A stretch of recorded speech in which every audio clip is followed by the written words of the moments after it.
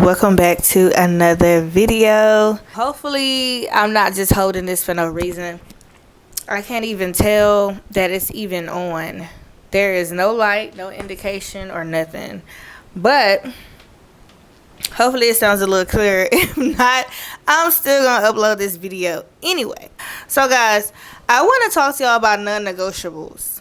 So when I be basically talking to you guys about how single moms, we didn't ask to be single moms and stuff like that, there's always somebody that try to like buck us. Yeah, you did. You asked to be a single mom. You knew he wasn't the one. Da, da, da. So as I was like thinking like deeper about all of this, guys, sorry y'all, I have a tendency to like roll my eyes in places that it's not really like helpful for this video. So I'm over here checking my email while I'm talking to y'all. So let me just turn my phone on silent. But anyways, guys, if I could really think back long and hard, like all the way from when I was married the first time, married the second time, and in the last two relationships that I've been in, I've only had 4 major relationships, y'all.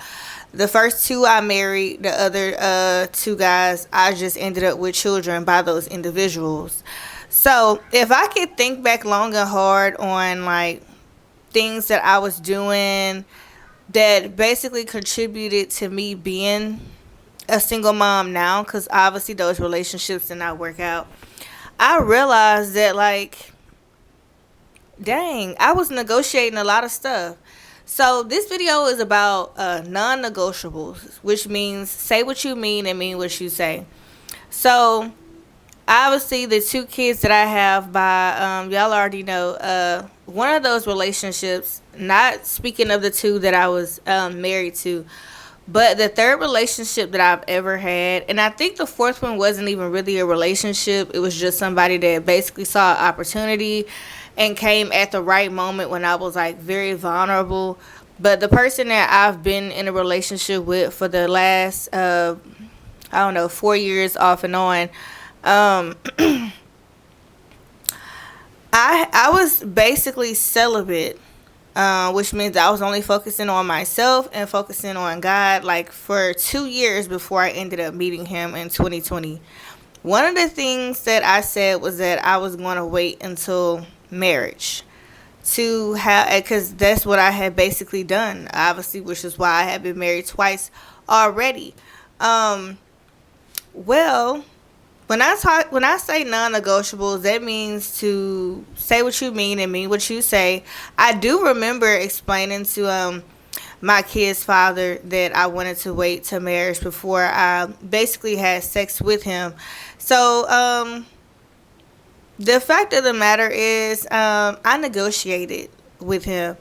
And I know that sounds kind of funny. It wasn't like a real negotiation, right? It wasn't like, oh, I'm gonna have sex with you if. So basically this video is about saying what you mean and mean what you say, because anytime you negotiate something, for example, it could be the smallest things. If you don't like when a man throw his things on the floor, if you say, you know what, he just being a man, and you start picking up behind him, after a while, that same thing that annoyed you in the beginning is going to be the same thing that's going to annoy you in the end. So I reference sex or whatever, but the reality of it is, guys, there was a lot of things that I was negotiating in all 4 of the, I'm going to say 3, because like I said, the situation with Baby Drake was not really like a real relationship.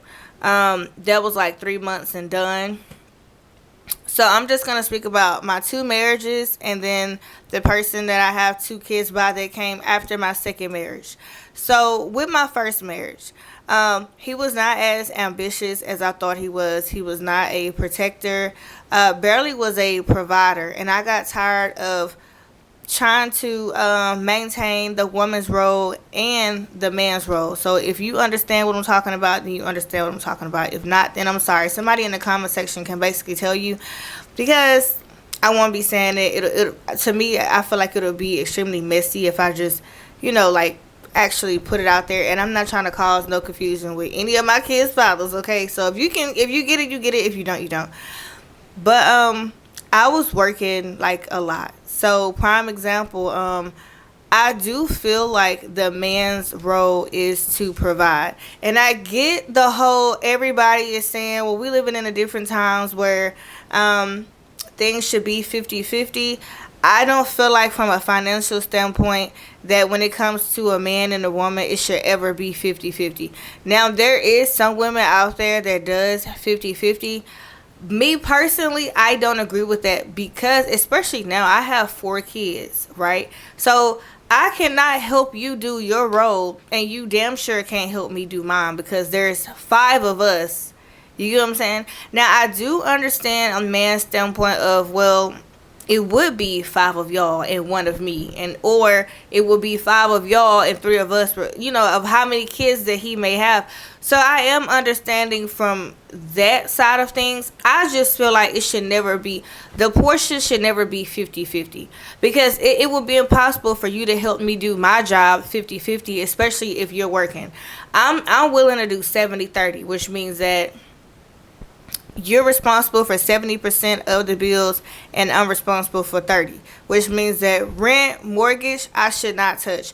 To be honest, I don't even want to even touch no car notes. You get what I'm saying? Give me the less job, lights, water, internet, the gas bill. I'll even put my own gas in my car. Some women may disagree with this because some women feel like, okay, he may be the full package and you worried about bills. Because this is my thing, and what I notice, how you start is how you gonna finish. So if you come in with this 50-50 attitude, I don't know. I just feel like, me personally, if I'm married and I understand that my husband have been taking on the role of the bills, and let's say he lost his job or something like that, then I would do 50-50 or I would do 100-100. Because as a wife, I'm going to have your back regardless. But I don't feel like any man should ever come to the table wanting 50-50 unless you're looking for a helpmate. So I say all that to say, what are your non-negotiables? Are you okay with him having a side piece? Because if you don't like a cheater, if you get with a man that you know for a fact is a cheater, you can't get mad if you get with a man that you know that's a known cheater. That's why in some of my situations, I cannot get mad anymore at the situation. I can get mad at myself because I put myself basically in the forefront of a man that I knew was this, of men that I knew were this and that. So I can't really be mad at those men anymore. However, now that I realize that my relationships didn't work out because I negotiated things that I would have never negotiated if I was where I'm at now, I'm not saying that I 100% healed. However, I am way more healed now at 31 than I've ever been ever in my life. You want to know why? Because life kicked my ass. I have children now. I am a mother of 4 children. My oldest is 11, and I have a 3-year-old, a 2-year-old, and a 1-year-old. Do y'all not know how exhausted I am at the end of the day? Do y'all not know how exhausted I am at the beginning of every morning? Like how I have to push and force myself out the bed because of me negotiating. And I'm not saying that the man knew that I was negotiating, because a lot of times men don't know that you're negotiating. However, if you tell a man something, if you say, hey, I'm not sleeping with anybody until I get married, and then all of a sudden you sleep with that man will never take you serious. And one of the things that I've learned is a man will respect you more if you say what you mean and mean what you say. They may not like it. They may not even talk to you anymore.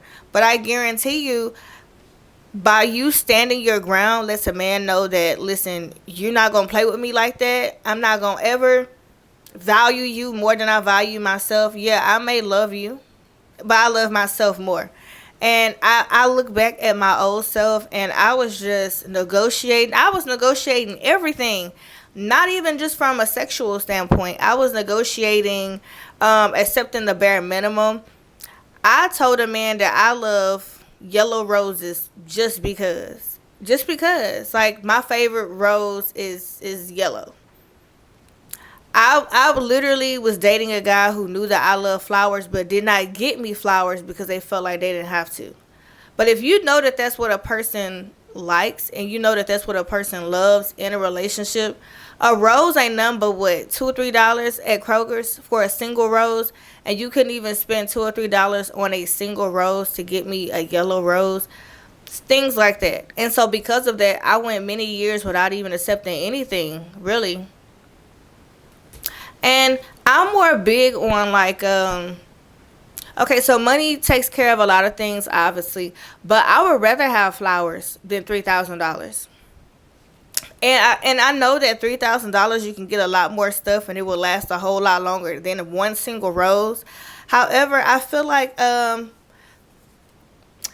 the sentimental value of taking your time to go in the store to get something that somebody really likes says a lot.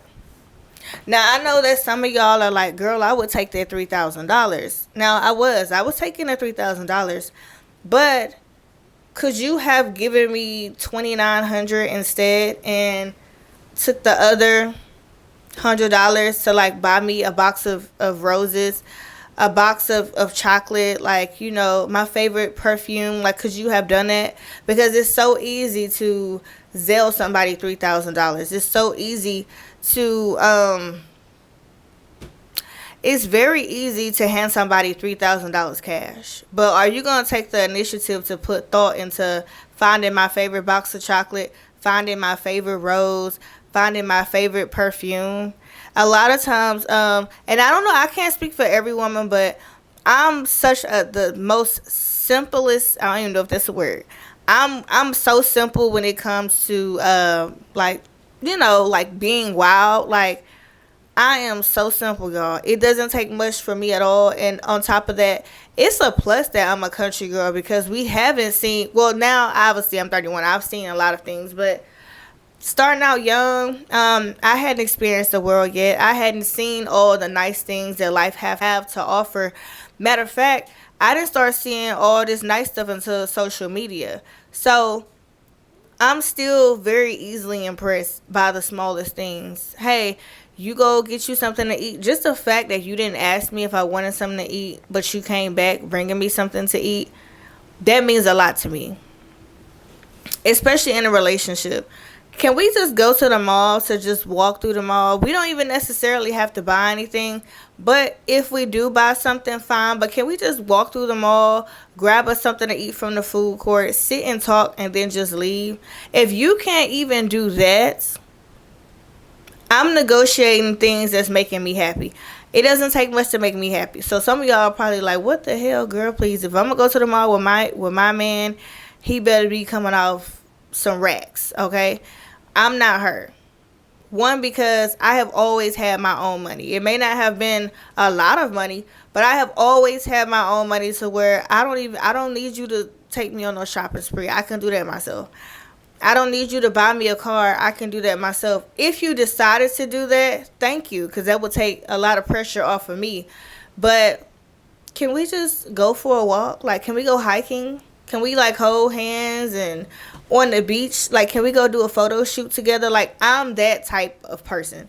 And one of the things that I realized was because I negotiated, it looked like whenever whoever moved on with somebody else, it looked like they was giving them everything that I asked them for. And I'm also maturing to realize that that's not necessarily the case. It just means that woman didn't negotiate with them. That woman said, hey, either you give me a ring or I'm leaving. Okay, you can't get me flowers, somebody else will. You don't want to give me a box of chocolate, I'll buy my own. Therefore, I don't need you. Bye. That's all I want y'all to do is just ask yourself, like, and take out that sheet of paper and write it down. What are some things that you're willing to accept in a relationship? And then what are some things that you're not willing to accept in that relationship?